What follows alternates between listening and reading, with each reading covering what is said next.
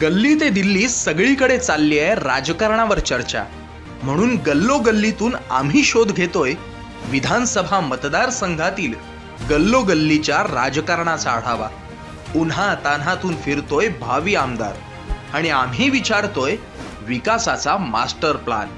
कधी न्यूजरूमची गल्ली करून आम्ही उडवतोय बसल्या जागेवरून राजकीय विश्लेषकांच्या अभ्यासाचे बार, तर कधी टीका करून मांडतोय रोखठोक भूमिका. पण ती हिंदुस्तान पोस्टच्या क्रांती विचारांची, बाजू सत्याची, या तत्वाची. आपण पाहताय गल्लोगल्ली. नमस्कार, हिंदुस्तान पोस्टमध्ये मी सुप्रीम मस्कर आपलं स्वागत करतो. आजच्या या गल्लोगल्लीच्या एपिसोडमध्ये आपण वडाळा विधानसभा मतदारसंघाबद्दल संवाद साधणार आहोत. आज आपल्यासोबत आहेत हिंदुस्तान पोस्टचे राजकीय संपादक सुजित महामुलकर, ज्यांच्याशी आपण बातचीत करणार आहोत. नमस्कार सर, सगळ्यात पहिले हिंदुस्तान पोस्टमध्ये आपलं स्वागत. माझा पहिला प्रश्न असा आहे की वडाळा विधानसभा मतदारसंघातलं आधीचं आणि आत्ताचं राजकारण नेमकं कसं आहे, आता काय परिस्थिती आहे? वडाळा मतदारसंघामध्ये तसं बघायला गेलं तर गेली जवळपास 30-35 वर्ष राजकारण फारसं बदललेलं नाही आहे. म्हणजे 30-35 वर्षापासून 1990 नंतर 90पर्यंत तिथे काँग्रेसचं वर्चस्व होतं. 90 नंतर 95ला पहिल्यांदा शिवसेनेचा उमेदवार तिथे उभा राहिला आणि तोच आजही, म्हणजे उमेदवार पक्ष बदलला असला तरी उमेदवार आजही तोच आहे, आजही तेच आमदार आहेत. तर 90 म्हणजे 95ला तेव्हा तत्कालीन, म्हणजे तेव्हा काँग्रेसचे विलास सावंत तेव्हा गृहराज्यमंत्री होते आणि शिवसेनेकडून, म्हणजे तेव्हा शिवसेना खूप असं वातावरण खूप मराठी आणि शिवसेना एकदम स्ट्रॉंग हे होतं आणि तिथून शिवसेनेकडून मग कालिदास कोळंबकरांना पहिली संधी मिळाली. तेव्हा ते नगरसेवक होते मला वाटतं. तर तेव्हा ती पहिली संधी मिळाली आणि त्या पहिल्या ह्याच्यामध्येच त्यांनी विलास सावंत यांचा पराभव केला 95ला. तेव्हा सत्ता ही आली होती शिवसेना भाजप युतीची आणि मग तेव्हापासून जो मतदारसंघ कोळंबकरांकडे आहे तो आजही कोळंबकरांकडेच आहे. त्यामुळे तेव्हाची राजकीय परिस्थिती, कोळंबकर तेव्हा आमदार होते, आजही कोळंबकर आमदार आहेत, फक्त पक्ष बदललेले आहेत, एवढंच. वडाळा विधानसभेमध्ये कोळंबकरांना नक्की आव्हान कोणाचं असणार आहे? शिवसेना उद्धव बाळासाहेब ठाकरे पक्षाच्या श्रद्धा जाधव यांचं की मनसेच्या स्नेहल जाधव यांचं? काय वाटतंय?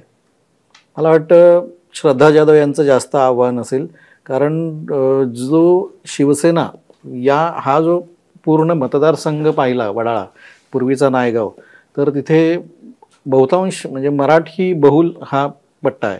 त्यामुळे तिथे दलित मुस्लिम आहे थोडं, पण मराठी एकंदर मराठी वातावरण, मराठी चाळी आहेत. म्हणजे जरी बाकी म्हणजे मिडल आणि लोअर मिडल क्लासचा एरिया आहे, तिथे मराठी असल्यामुळे शिवसेना पूर्वीपासून रुजली आहे. आणि आज जे तीनही उमेदवार आहेत, म्हणजे जे प्रमुख प्रतिस्पर्धी म्हणता येईल, तर त्यांचं मूळ शिवसेना आहे. म्हणजे शिवसेनेत कोळंबकर पहिले आमदार झाले शिवसेनेतून. श्रद्धा जाधव म्हणजे 2006 पूर्वी तर हे तिघेही एका पक्षामधले असे हे होते. आज 3 वेगवेगळ्या पक्षातून उमेदवार आहेत. त्यामुळे त्यांचं आव्हान जे आहे कोळंबकरांपुढे ते श्रद्धा जाधव यांचं जास्त असेल. मनसे स्नेहल जाधव सुद्धा माजी नगरसेविका आहेत, त्यांचंही काम आहे, पण त्यांना मतदारसंघ, त्यांचा नगरसेवक म्हणून त्यांनी वेगळ्या मतदारसंघात काम केलेलं असल्यामुळे आणि अचानक त्यांना या मतदारसंघाची उमेदवारी मला वाटतं दिली. त्यामुळे त्यांचं थोडी मेहनत जास्त करावी लागेल, पण आहे मनसे तिथे. आपण म्हणालात त्याप्रमाणे एकेकाळी एकाच पक्षामध्ये या तीनही उमेदवारांनी काम केलेलं आहे. मग बाळासाहेबांचा जो सच्चा शिवसैनिक होता तो आत्ताच्या घडीला कोणाच्या पाठीशी उभा राहील, काय वाटतंय या तिघांपैकी? या तिघांमध्ये आता बाळासाहेबांचा जो सच्चा शिवसैनिक आहे तो मला वाटतं श्रद्धा जाधव, म्हणजे जी शिवसेना उभाटा यांच्या मागे उभे राहील. कारण त्याचं असं आहे की कोळंबकरांनी, म्हणजे कोळंबकर शिवसेनेमध्ये होते पहिले, त्यांनी 3 वेळा शिवसेनेमधून आमदार म्हणजे ते झाले, 95, 99 आणि 2004. नंतर 2005ला त्यांनी शिवसेना सोडली, काँग्रेस जॉईन केली नारायण राणेंसोबत. 2006ला ते निवडून आले, पुन्हा पोटनिवडणूक झाली 2006ला, त्यानंतर 9 आणि 2014 हे 3 वेळा ते काँग्रेसमधून निवडून आले.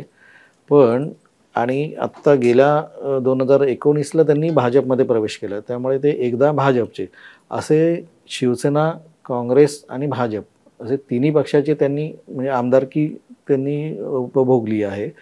पण आता यावेळी असं झालं की शिवसेनेचे 2 भाग झालेत. शिंदे यांची शिवसेना आहेच आणि उद्धव ठाकरे यांची शिवसेना आहे. तर इथे भाजप तसं फार भाजपचं एक हे नाही आहे, म्हणजे एक स्ट्रॉंग होल्ड नाही आहे भाजपचा. त्यामुळे भाजपचं थोडं एक अवघड आहे. शिंदे यांची शिवसेना सुद्धा तशी बघायला गेलं तर तिथे फार अशी नाही आहे. म्हणजे एकूणच मुंबई शहरामध्ये जो विभागली गेलेली आहे शिंदेची शिवसेना, तशी एका या मतदारसंघात सुद्धा तसे फार वर्चस्व असं नाही दिसत. आणि तिसरं राहिला राष्ट्रवादी अजित पवारांचं. तर राष्ट्रवादीचं तर अस्तित्व जवळपास नाही आहे. त्यामुळे जे कोळंबकरांना आव्हान असेल ते शिवसेनेचं असेल. शिवसेनेने थोडी जोर लावला तर श्रद्धा जाधव यांना निवडून येण्याची संधी आहे. पण कोळंबकरांचं एक आहे की त्याने पक्ष जरी वेगवेगळे बदलले असले तरी त्यांचं एक मतदारसंघामध्ये जो घरोघरी संपर्क आहे. याच प्रश्नाकडे येणार होतो की 8 टर्म एखादा उमेदवार त्याच विधानसभा मतदारसंघामधून निवडून येतो, यामागचं कारण काय नेमकं? इतके वर्ष एकच आमदार. हा, यामागचं कारण असंच आहे ना की ते प्रत्येक कोणाच्या घरी सभा असो, समारंभ असो, काही सत्यनारायणाची पूजा असली किंवा गणपती, नवरात्र उत्सव, दिवाळी, हे म्हणजे त्यांना ते घरोघरी जाण्याची त्यांची सवय आहे. लोकांना भेटण्याची सवय आहे. संध्याकाळी रात्री 8-9 नंतर ते म्हणजे पूर्वी मला माहिती आहे 8, मला वाटतं आजही असतील, 9 नंतर ते 10-11पर्यंत लोकांना भेटतात. 12 वाजेपर्यंत, 1 वाजेपर्यंत कधी कधी भेटतात. पोलीस स्टेशनचं काही असेल तरीसुद्धा लोक त्यांना डायरेक्ट फोन करतात. म्हणजे त्यांचा जनसंपर्क जो आहे ना तो तुटलेला नाही आहे. भले कामं किती होतात किती नाही होत तो भाग वेगळा, पण लोकांशी संपर्क आहे. लोकांना ते दिसतात, लोकांमध्ये ते मिसळतात आणि कामं बाकी आहेतच. म्हणजे तिकडचे प्रश्न वेगळे आहेत ते अजून सुटायचे आहेतच. आता या विधानसभा मतदारसंघामध्ये या तीनही उमेदवारांची रणनीती काय असेल किंवा काय असायला हवी असं आपल्याला वाटतं? आता कोळंबकरांसाठी तर ते 8 वेळा निवडून आले आणि आता 9वी वेळ त्यांची आहे. तर त्यांना एक Limca book of world record करायचंच आहे आणि ते करतीलही असं माझा अंदाज आहे. जरी पक्ष त्यांच्याकडे तो वीक असले तरी त्यांचं स्वतःचं एक वेगळं स्थान तिथे आहे. त्यामुळे लोकांचा संपर्क जनसंपर्क असल्यामुळे, एक लोकप्रियता असल्यामुळे ते कदाचित त्याच्या जोरावर सीट काढतीलही. आता त्यांच्यासाठी रणनीती हीच असणार आहे की त्यांनी लोकांमध्ये जाऊन पुन्हा एकदा लोकांसमोर जावं. आणि श्रद्धा जाधव यांच्यासाठी एक रणनीती अशी करता येईल की त्यांनी घरोघरी, त्या आता जातातच आहेत, म्हणजे त्यांचा संपर्क पण आहे. पण मध्ये म्हणजे जेव्हा त्या नगरसेवक असताना त्यांचं थेट तसं या मतदारसंघाशी, पूर्ण मतदारसंघाशी संपर्क तेवढा होत नव्हता. किंवा कामं सुद्धा त्या म्हणजे नगरसेवक असल्यामुळे त्यांना एक लिमिटेशन्स होते की त्यांना त्यांचा मतदारसंघ जो नगरसेवक पदाचा आहे तो.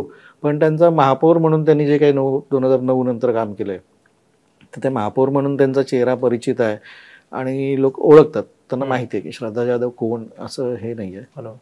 त्यामुळे त्यांना लोकांसमोर जावं लागेल. स्नेहल जाधवना पक्षाचं तिथे अस्तित्व आहे. आता तिथे थोडे अजून जोर लावावा लागेल.